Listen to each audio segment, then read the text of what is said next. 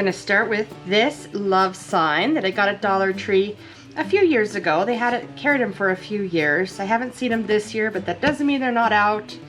And it doesn't mean you don't have one in your stockpile. If you're like me, every time you see something that might be a good craft, you pick it up whether you're planning on making it or not. Now this is going to be a simple decoupage project. So I'm going to use some of the Mod Podge matte. I also tend to call this Mod Podge. So I apologize if I say that by accident. And then I went into my paper stash and I found two papers I thought would be gorgeous for this. The first is this beautiful rose print. And then I found in one of my kits from several, oh my gosh, probably 10 years ago, this great antiqued Valentine print. So I'm going to combine these to design this love sign. So I'm going to start with this one because this one I want to really look at the pictures that are on here to really maximize what's going to hit on this love sign. So I really want, for instance, maybe this Be Mine, or maybe this face, and maybe this little Cupid here in the corner. So I'm going to go here and take a look, and I'm just going to lay this over and see how much of like this lady's face would be on here if I got the Cupid. And you can see it's not very much.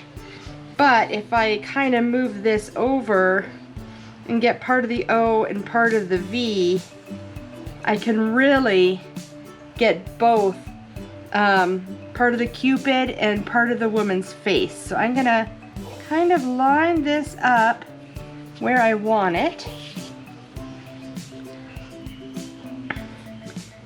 And by no means do I do anything measured. It is an exact science. I'm just gonna grab a colored pencil here and just kind of do a quick outline because I'm gonna do a quick cut of this to get it where I want it to go. So you can kind of, I'm not sure if you can make out or not what I have here. I'm just gonna cut this out. First, just do a rough cut here of the paper. Set that aside.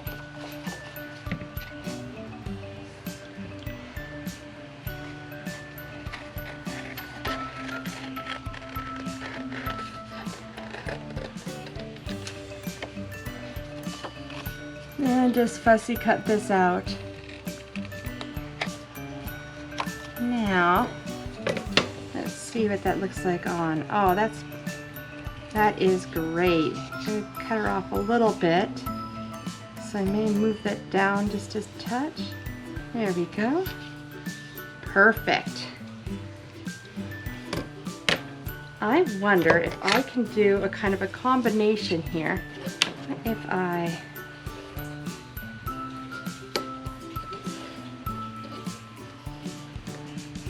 do that, but then also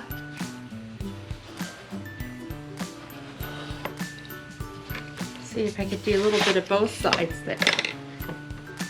Okay, this is really light to look at.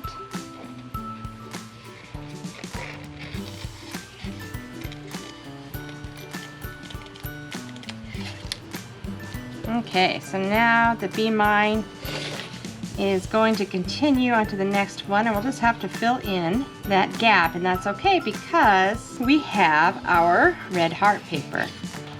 Now for this, I think I'm just gonna cut some strips down and start placing them. And I'm gonna start by just Mod Podging on and then trimming away. So you'll see with the rose part, I am not doing any type of measurements.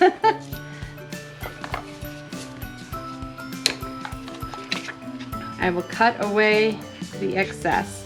Speaking of cutting away, we may need to cut this little detour tag off.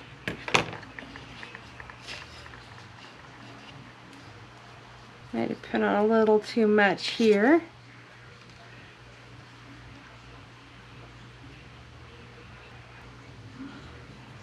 Okay. This part will be messy and imperfect, and that should not concern you at all, because it's just part of the process and you got to trust that process. So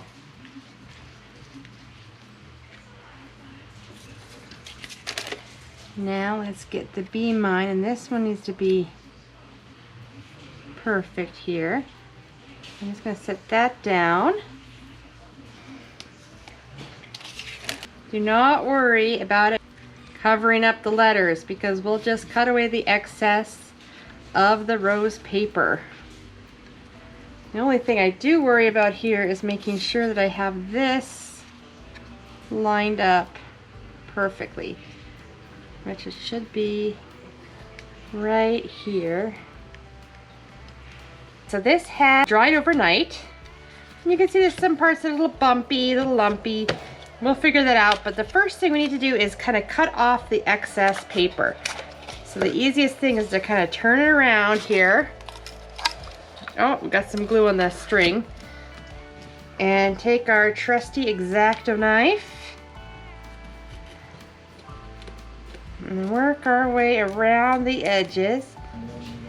Thank you, Dollar Tree, for these wonderful manicure sets that are just perfect for when you're doing projects like these, because they have the different textures depending on how much you need to actually file away. Just gonna decorate the edges, the inside, with some red paint.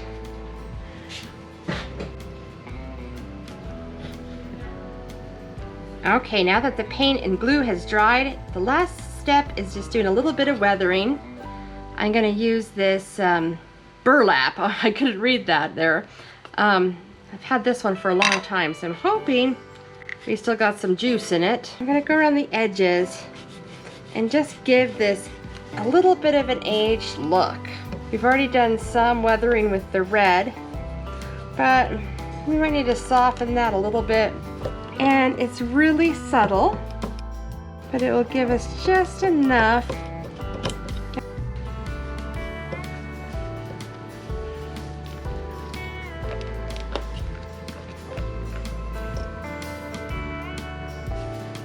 There, we have a finished piece.